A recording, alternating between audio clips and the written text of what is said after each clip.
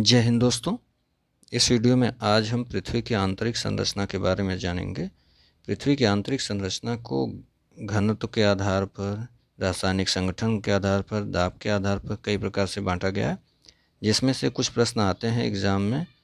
उनको देख लेते हैं, प्रश्न किस तरीके से आता है इसको भी समझ लेते हैं। तो पृथ्वी की आंतरिक संरचना को जो भूकंपीय तरंगों के आधार पर जैसे जानकारी प्राप्त हुई, तो उसको 3 भागों में बांटा गया। वह है, पहला है क्रस्ट, जिसको कहते हैं भूपर्पटी भी कहते हैं। दूसरा है मेंटल, तीसरा है क्रूड। यह 3 प्रकार में 3 भागों में बांटा गया पृथ्वी की आंतरिक संरचना। पृथ्वी के अंदर, जहाँ हम पृथ्वी पर हैं उस अंदर की बात की जा रही है कि पृथ्वी के जब अंदर तक जाते हैं तो उसको 3 भागों में बांटा गया है, क्रस्ट, मेंटल और क्रूड। अब जो है क्रस्ट को भी 2 भागों में बांटा गया है। यह आपका क्रस्ट हो गया, यह मेंटल का हिस्सा हो गया और निचला जो है क्रूड आपको दिख रहा है। अब जो है क्रस्ट को भी 2 भागों में बांटा गया है। वो हो गया लोअर क्रस्ट और अपर क्रस्ट, मतलब ऊपरी भूपर्पटी और निचला। इसको अपर हो गया और लोअर हो गया, 2 भागों में इसको बांटा गया। वैसे ही मेंटल को भी बांटा गया। यहाँ पर आप देख रहे हैं अपर मेंटल, ऊपरी मेंटल, निचला मेंटल। यहाँ पर भी वही काम किया गया, ऊपरी क्रूड और निचला क्रूड। तो यहाँ पर इसको 2 भागों में आगे डिवाइड किया गया है। तो प्रश्न यहाँ से क्या बनता है? प्रश्न ऐसे बनता है कि पृथ्वी के संरचना में सबसे ऊपरी भाग कौन सा है? तो क्रूड है। ज़्यादातर प्रश्न जो है क्रस्ट है।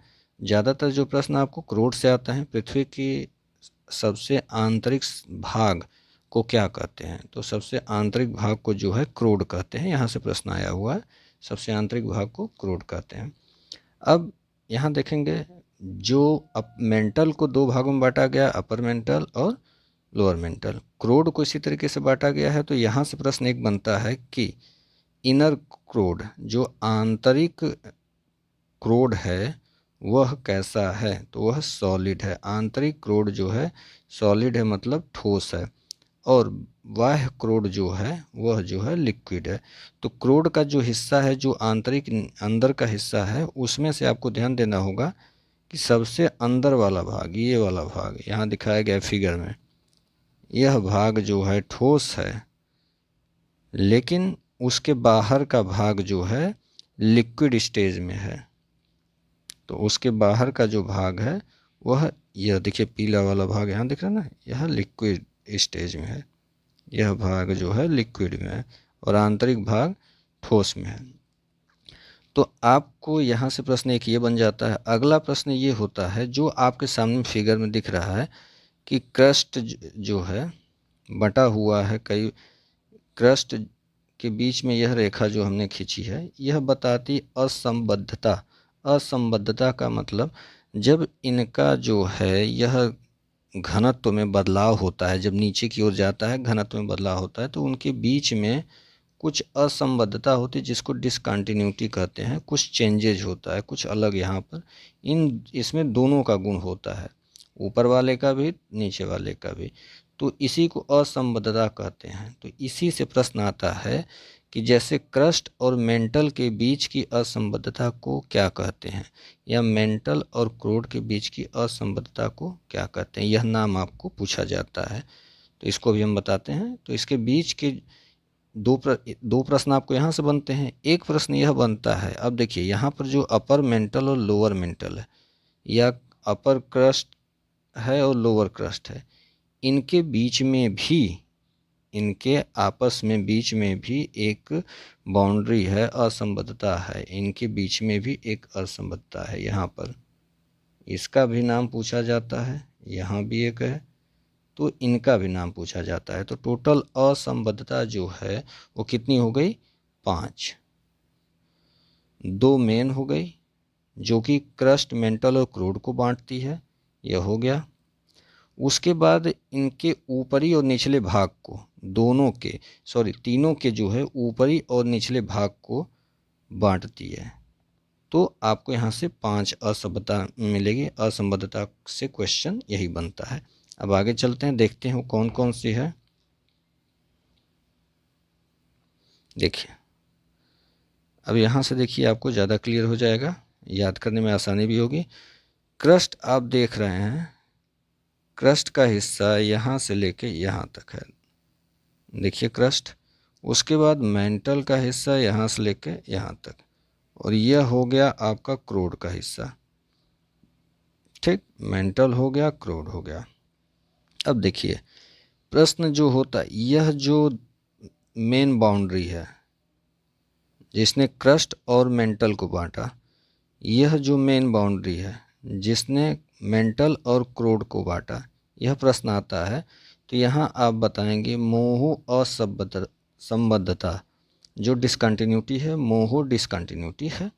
उसके बाद यहाँ पर मेंटल और क्रोड को जो बांटता है वो गुटेनबर्ग। यहाँ से प्रश्न आया हुआ है इसलिए बार बार बता रहे हैं, ध्यान दीजिएगा। यह है मोह और यह है गुटेनबर्ग असंबद्धता।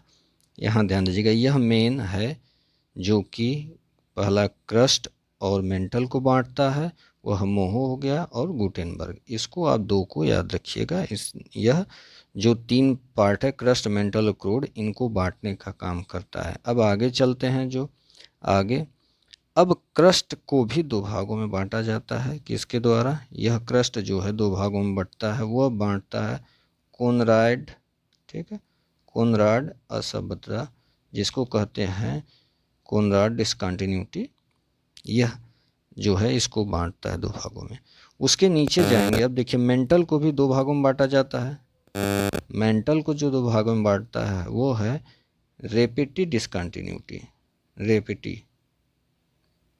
ठीक, उसके बाद जाएंगे क्रोड। क्रोड को भी दो भागों में बांटा जाता है, किसके द्वारा?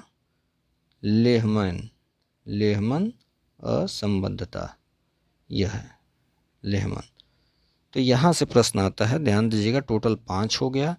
पहला जो आपको फोकस करना होगा वह होगा मोह और गुटेनबर्ग, जो कि इनको क्रस्ट और मेंटल को ऐसे इस तरीके से बांटता है। तो मोह और गुटेनबर्ग। फिर आपस में जो बांटता है वो तीन याद कर लीजिए, कोनराड, रेपेटी और लेहमन। इस तरीके से आप याद करेंगे। यहाँ से चूंकि प्रश्न आया हुआ है इसको ध्यान दीजिएगा, और यह फिगर आपको याद करने में आसानी रहेगा इसलिए आपको बता दिया गया, देख लीजिएगा। ठीक है, अभी जैसे आपने पढ़ा कि इसको आपने बांटा है यहाँ पर क्रस्ट, मेंटल और क्रोड की तरह, इसी तरीके से एक प्रश्न और आता है जो कि इसको रासायनिक स्तर पर बांटा गया है कि अंदर कौन सा पदार्थ पाया जाता है पृथ्वी में अंदर जाने पर, उससे भी एक बार प्रश्न आया हुआ है। तो इसके रासायनिक बंटवारे को जो है हम अगले वीडियो में देखेंगे। अभी तक जो बताया गया है इसको आप ध्यान में रखिएगा, फिर आगे इसके बताएंगे क्रस्ट, मेंटल और जो 5 इसके बंटवारे हैं, जो असंबद्धता है, डिसकंटिन्यूटी, उसको याद करिएगा। आगे फिर हम नेक्स्ट वीडियो में देखेंगे। ठीक है दोस्तों, धन्यवाद।